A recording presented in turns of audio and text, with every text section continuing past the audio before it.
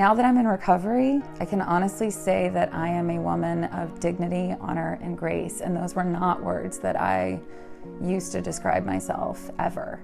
Addiction is an experience, it's not an identity.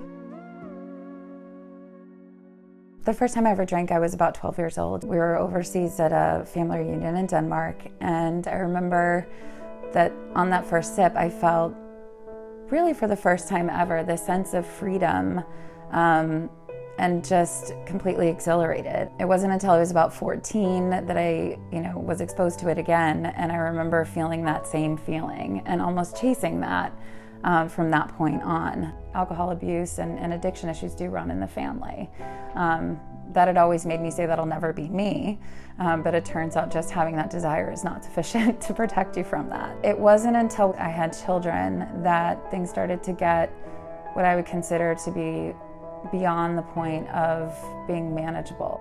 I got to a point where it was essentially almost an entire week of around-the-clock drinking.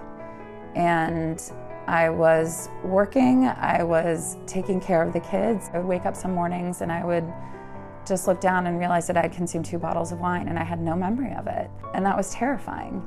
As a mom, I felt like this is not an acceptable way to live. I essentially was in the emergency room saying, I need help. They basically told me, well, you don't need detox, your hands aren't shaking, you seem like you're okay. I remember just being given a bunch of printouts that I really couldn't wrap my head around. We were told, just call and see if you can get a bed. Just an endless series of phone calls.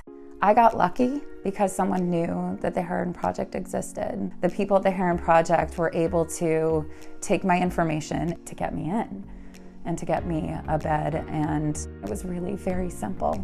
It was so simple. And we went from making 10 to 15 calls an hour, no joke, to basically saying, okay, now I'm gonna pack a bag and then plan for the care of my children. Now that I'm in recovery, I have dreams. I have self-confidence. I believe in myself. I learned a lot of skills in recovery and in treatment that I can now teach my children.